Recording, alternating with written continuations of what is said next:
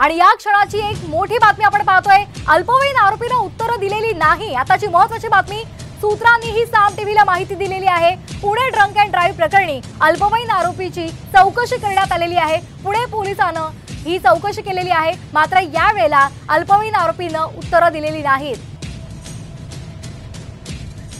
आपण आताची महत्त्वाची बातमी पाहतोय, साम टीव्हीला सूत्रांनी ही माहिती दिलेली आहे। अल्पवयीन आरोपीने एकाही प्रश्नाचं उत्तर दिलेलं नाहीये।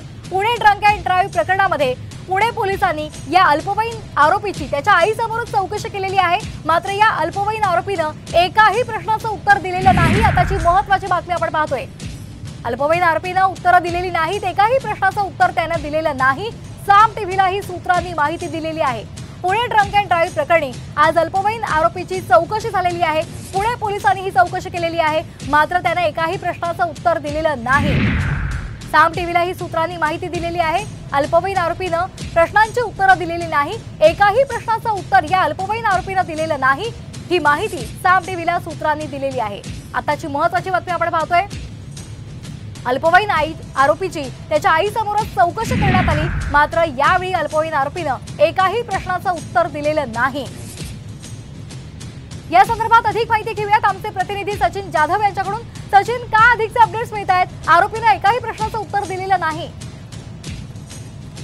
एकूणच अग्रवाल कुटुंबियांच्या शिवानी अग्रवालांना आज सकाळी अटक केल्यानंतर तिला मुलांच्या समोरासमोर चौकशी करण्यात आली आणि या चौकशी दरम्यान त्या मुलांनी एकाही प्रश्नाचं उत्तर न दिल्याची माहिती जी आहे ती खरं तर पोलीस तपासातून समोर आलेली आहे।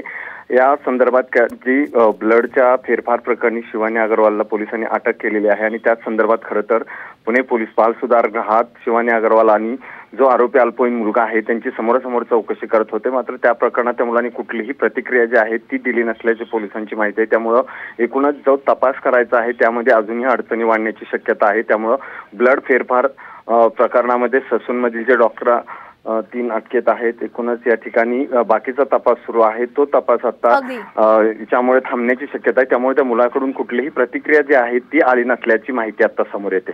अगदी धन्यवाद सचिन, आपण दिलेल्या या माहितीसाठी।